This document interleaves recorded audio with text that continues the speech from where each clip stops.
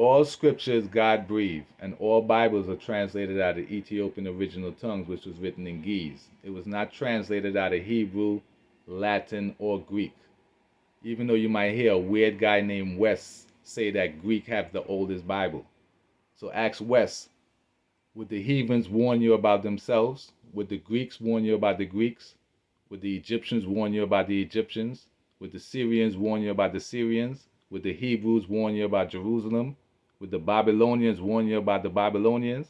In other words, the original writers of the scriptures has to be from a place that is not part of the woe. So let's read. Woe be unto thee, Babylon. Woe be unto thee, Asia, Egypt, and Syria. And we know Syria is part of the Greek kingdom because Seleucus, who's one of the kings from the Greek kingdom, who is also the king of Asia, married the queen of Syria. Seleucus married Citronus of Syria, and then his son married her also. Hence, learn where you get your information from. The Holy Bible that we have created by the Catholic Church was absolutely corrupted by the pagan influence of the Catholic Church. It was to control the information that people have access to. I promise you, the Ethiopian Bible is way more accurate and complete. It has so much valuable information. I've posted a link. And if you don't know, the Ethiopian Bible is supposed to consist of 72 books. Hence, the first Haile Selassie Bible was translated in 1935 and took into Britain. But during translation, the guy changed it. Hence, they found an error. So after it was printed, this translation contained a serious error in Revelation, in which they tried to change it, saying that an angel commanded John to worship him, rather than prohibiting John to worship him. In other words, John is one of God's many names, so why would God worship someone else? Jah is short for John. So the new Haile Selassie version, printed in 1962, was translated from Ge'ez. It was not translated from Hebrew, Latin, Greek, Coptic, wherever. It's an Ethiopian book. Why? Because God told you that he's the king of Zion. And Ethiopia is just another name for Zion. So it is important to know that Ethiopia has two canons. They got the 81 book canon and they have the narrower canon. So Haile Selassie chose the narrower canon, which was translated from Ge'ez. So as you can clearly see, there's 45 books, and there's also 27 books. So 45 plus 27, 72. So that's how many books Haile Selassie chose. So who is Haile Selassie? And what did he say about the Kebra Nagus, which is pure folklore? For he is the root of David. Hence, the root of David comes before his offspring.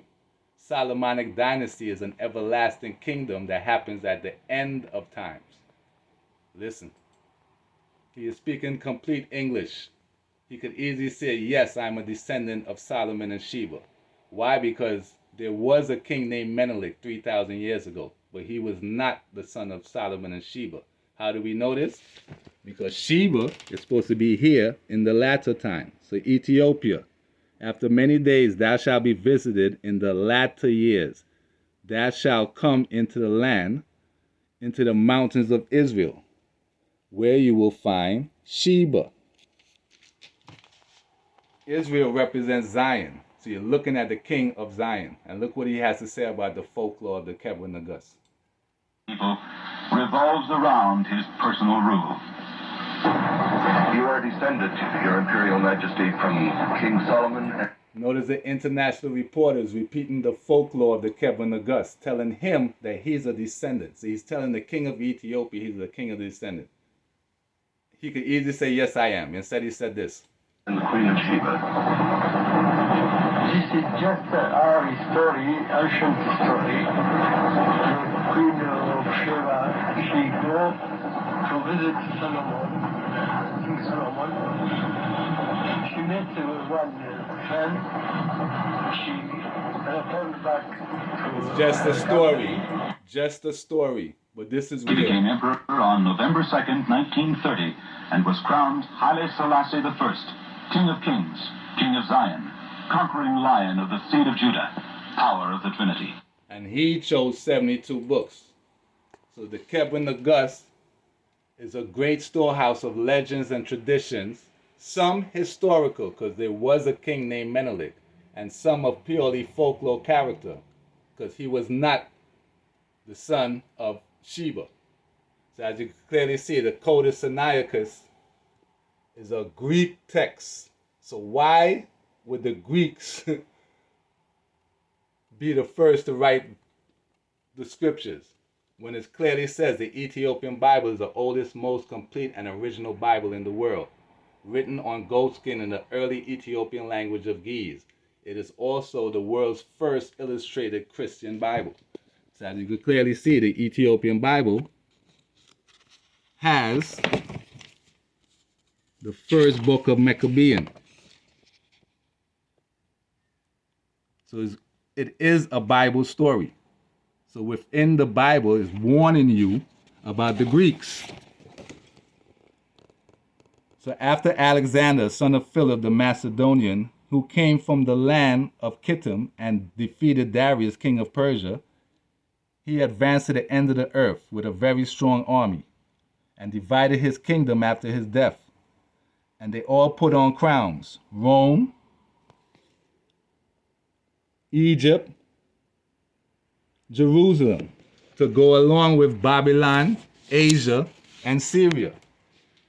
In other words, they're in cahoots with each other to change the stories of Jah. But at the end of the day, follow God, not man. Jah guide. Sending to Babylon fans and flames to fall. Rocks building literal the same old song.